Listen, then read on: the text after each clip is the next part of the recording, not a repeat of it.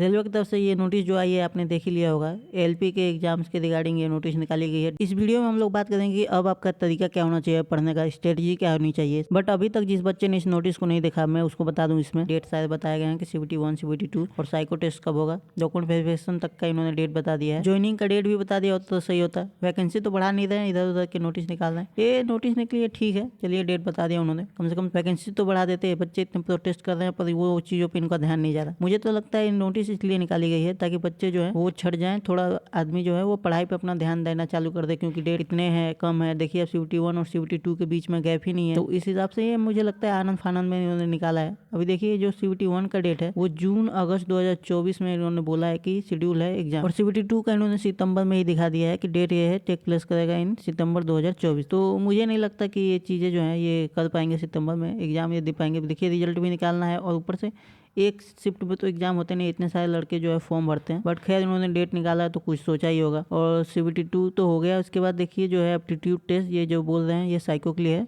ये बोल रहे हैं नवंबर में होगा। ठीक है, साइको के और CBT 2 के बीच में तो टाइम है, इतना टाइम बहुत ही है साइको की तैयारी करने के लिए। बट जो ये CBT 1 और CBT 2 के बीच में जो इन्होंने गैप नहीं दिया है, तो इस वजह से ना बहुत सारे झंझट बढ़ने वाले हैं। देखिए आपको CBT 2 जो है वो पार्ट ए और पार्ट बी में होता है, आपको पता ही है। अब पार्ट बी में जो ट्रेल का एग्जाम होगा वो एक सिरदर्द है कि अभी से पढ़ना पड़ेगा इसको। हाँ भाई, ट्रेल जो है आप अभी से लेके चलिए, हल्का हल्का ही पढ़िए, बट ट्रेड जो है अभी से लेकर चलिए, क्योंकि इन्होंने बीच में कोई गैप नहीं दिया है। वैसे इतने टाइम में ये एग्जाम करा नहीं पाएंगे, बट अब शेड्यूल निकाल लिया है तो निकाल दिया है। हम बात करेंगे कि अब स्ट्रेटजी क्या होनी चाहिए आपके एग्जाम की, पर उससे पहले जो बच्चे बेसिक से तैयारी कर रहे हैं उनके लिए मैं कुछ बुक रिकमेंड करना चाहूँगा।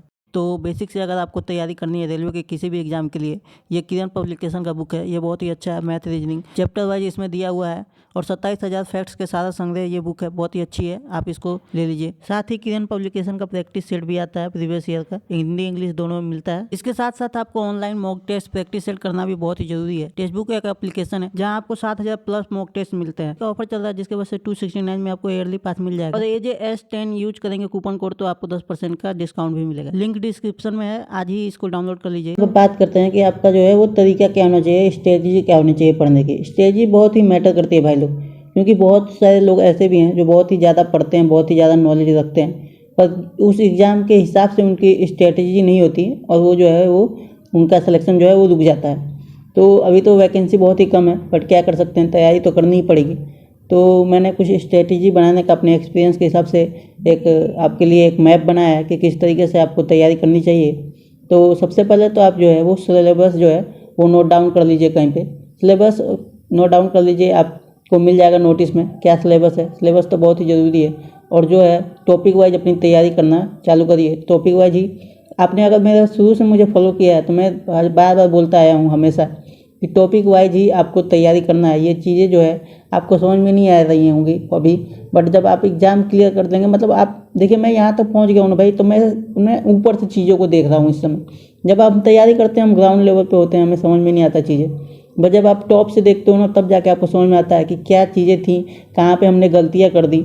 तो ये चीज़ें ना मैटर करती हैं। आप टॉपिक वाइज करेंगे जब, तो आप जब उसको किसी भी चीज़ को आप ढूंढेंगे कहाँ गलती हुई कैसे क्या, तो फिर आपको जो है चीज़ें समझ में आएंगी। उसके बाद प्रैक्टिस सेट जो है लगाना बहुत ही ज़्यादा ज़रूरी है। प्रैक्टिस सेट इतना ज़्यादा ज़रूरी है कि आप समझ नहीं सकते। इससे जो है आपका टाइम जो है वो रिलेट करता है, स्पीड जो है वो डायरेक्ट रिलेट करती है। आप जितना प्रैक्टिस करेंगे उतने कम समय में आप जो है अपने क्वेश्चन कर पाएंगे और आपका टाइम जो है वो बचेगा, ताकि अगर कोई लेंदी क्वेश्चन आता है, जो कि 1-2 क्वेश्चन आ ही जाते हैं लेंदी क्वेश्चन, तो वो चीज़ों के लिए ना आपके पास टाइम बचा रहेगा, क्योंकि वो जो है आपका टाइम खा जाएगा, है ना। लेंदी क्वेश्चन डालते हैं इसीलिए, तो कुछ बच्चे जो है उसमें फंस जाते हैं। और जो है आप जितना प्रैक्टिस करेंगे, आप टाइम जितना कम देंगे अपने क्वेश्चनों पर, ये सारी चीज़ें प्रैक्टिस सेट से ही आपका जो है निर्भर करेंगी कि आपकी प्रैक्टिस कितनी ज़्यादा है। और मैं एक बात बता रहा हूँ भाई, देखो बहुत सारे लोग ना जो अपना पूरा कवर जो है ऑल सिलेबस जो कवर करने के चक्कर में रहते हैं, ठीक है। और एक बच्चा है जो प्रैक्टिस कर रहा है, जितने भी सिलेबस उसने कर लिए हैं कवर, वो प्रैक्टिस भी कर रहा है अपनी। तो मैं बता दूँ, आसानी से कोई एग्जाम हो तो जो प्रैक्टिस कर रहा है हमेशा, वो ना इसको बीट कर जाएगा जो बस अपने सिलेबस कवर करने के चक्कर में है। तो इसलिए आपको सिलेबस तो अपना करना ही करना है, बट आपको प्रैक्टिस जो है वो करते रहना है। प्रैक्टिस बहुत ही ज़रूरी चीज़ है, ठीक है। अब हम बात कर रहे हैं, क्योंकि देखिए अब क्या है कि CBT 1 और CBT 2 के बीच में इन्होंने गैप तो दिया नहीं है, तो अभी से उसके हिसाब से आपको तैयारी करनी पड़ेगी।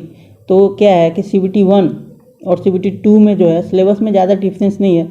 मैथ देखिए आपका सेम ही है। साइंस में जो है आपका इंजीनियरिंग ड्राइंग वगैरह जो है वो ऐड कर रहे हैं, तो जो भी चीज़ें वो ऐड कर रहे हैं वो चीज़ें आप सिलेबस जब आप देखेंगे सिलेबस के हिसाब से एक कॉपी लीजिए, पेन लीजिए और नोट कीजिए, ठीक है। बहुत लोग जो है वो स्क्रीनशॉट लेके रख लेते हैं या फिर PDF वगैरह के चक्कर में रहते हैं, तो वो चीज़ें ना करिए। जब आप खुद से नोट करेंगे ना भाई, देखो जब खुद से तुम मेहनत करोगे ना, हाथ लोगे लिखोगे, बहुत सारी चीज़ें लिखने से ना दिमाग में बैठती हैं, तो जब तुम खुद से करोगे ना तो वो चीज़ें दिमाग में बैठेंगी और वो काम आएगा, ठीक है। तो एक पेन लो और कॉपी लो, उस पर नोट करो और देखो कि क्या चीज़ें डिफरेंस हो रही हैं इसमें और इसमें। जो जो चीज़ें सिलेबस में जो अंतर आ रहा है उसको एक जगह नोट करो और CBT 1 के साथ साथ उस चीज़ को भी तैयारी करो। CBT 2 का जो सिलेबस एक्स्ट्रा आ रहा है उस चीज़ का अभी से तैयारी चालू करो, ठीक है। और बात करें अगर ट्रेड की, तो ट्रेड के लिए अभी से पढ़ना चालू कर दीजिए आप। थोड़ा कम टाइम भी देंगे इस समय, क्योंकि अभी तो CBT 1 होने में जून अगस्त इन्होंने बोला है, तो लगभग 4 महीने का टाइम है। तो आप ट्रेड थोड़ा थोड़ा भी पढ़ेंगे तो वो काम आएगा। बाद में आप थोड़ा उसको ज़्यादा कर लीजिएगा जब CBT 2 एग्ज़ाम नज़दीक आएगा, तो उस पर भी थोड़ा थोड़ा टाइम दीजिए। बाकी आप जो है मैथ, साइंस और रीजनिंग पे ज़्यादा ध्यान दीजिए। और देखिए जनरल अवेयरनेस भी आपको अब करना पड़ेगा, क्योंकि जो है वैकेंसी बहुत ही कम है और वैकेंसी बहुत ही कम है। तो जो क्वेश्चन देखिए, कोई भी आदमी जितने भी क्वेश्चन आ रहे हैं वो प्रॉपर पूरा तो कर नहीं सकता, एक दो क्वेश्चन जो है वो छूट ही जाएंगे। तो जो एक दो क्वेश्चन छूट जाएंगे वो आपका कवर करेगा जनरल अवेयरनेस, ठीक है। मेरे समय में क्या था, मेरा जनरल अवेयरनेस जो है करंट अफेयर वगैरह वो अच्छा नहीं है, तो मैंने ना इस चीज़ को छोड़ ही दिया था, इसको पूरा छोड़ दिया था, क्योंकि इसमें बस 10 ही क्वेश्चन आते हैं। तो मैंने इसको पूरा इग्नोर मार दिया था, फुल इग्नोर, ठीक है। उस समय वैकेंसी ज़्यादा थी हमारे समय में। एक भाई आज मेरा बोल रहा था कमेंट में कि आपकी किस्मत अच्छी थी। हाँ भाई, मेरी किस्मत अच्छी थी, पर मैंने तैयारी भी सही तरीके से किया था, उस समय मेहनत करी थी मैंने। तो क्या है कि मैथ और साइंस और रीजनिंग पे क्या किया था, मैंने फुल फोकस उधर ही दे दिया था, इसको फुल इग्नोर मार दिया था, क्योंकि मेरा ये कमज़ोर विषय है। बट आप लोग इस समय नहीं कर सकते ये चीज़ें, आपका ऑप्शन ही नहीं है, गवर्नमेंट ने ये ऑप्शन ही नहीं दिया, दुर्भाग्य की बात है। क्या कर सकते हैं इसमें। बट बच्चे अभी संघर्ष कर रहे हैं, हमारे बिहार के बहुत ही भाई जो हैं वो संघर्ष कर रहे हैं और इनको वैकेंसी बढ़ानी पड़ेगी। अभी इन्होंने बोला है कि बढ़ाएंगे, मूड में तो ये नहीं है, बट जो है कितने दिन तक ये चलेगा, बढ़ाना तो पड़ेगा एक दिन। तो ये चीज़ें हैं। और जो है एग्ज़ाम जो है लेवल जो है ना भाई, वो एवरेज से मीडियम के बीच में ही आता है, ठीक है। लो रहेगा या मीडियम रहेगा, यही एग्ज़ाम जो लेवल होता है। तो ये आपको लेवल कैसे पता चलेगा, आप प्रैक्टिस सेट लगाएंगे, प्रैक्टिस सेट लगाएंगे तो आपको पता चलेगा कि एग्ज़ाम में जो है क्वेश्चन किस लेवल के आएंगे। तो इसलिए प्रैक्टिस सेट ज़्यादा से ज़्यादा लगाइए, सिलेबस को नोट कीजिए और टॉपिक वाइज जो है प्रैक्टिस अपना चालू करिए, ठीक है। यही है।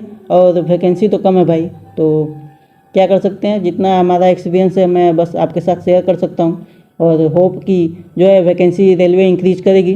बाकी 2024 में तो पता नहीं ये क्या करेंगे, बट 25 में इन्होंने बोला है वैकेंसी निकालेंगे। बट जब ये 6 साल में इतनी वैकेंसी निकाली है तो आगे क्या ही उम्मीद रख सकते हैं।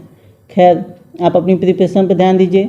बाकी क्या बोलूँ भाई यार, मेरे पास शब्द नहीं है इस समय बोलने के लिए, मैं समझ में नहीं आ रहा। जितनी हो सके मैं बस आपकी हेल्प करने की कोशिश कर रहा हूँ। बाकी मिलेंगे हम आपसे नेक्स्ट टॉपिक पे बात करते हुए किसी और वीडियो में। तब तक के लिए जय हिंद।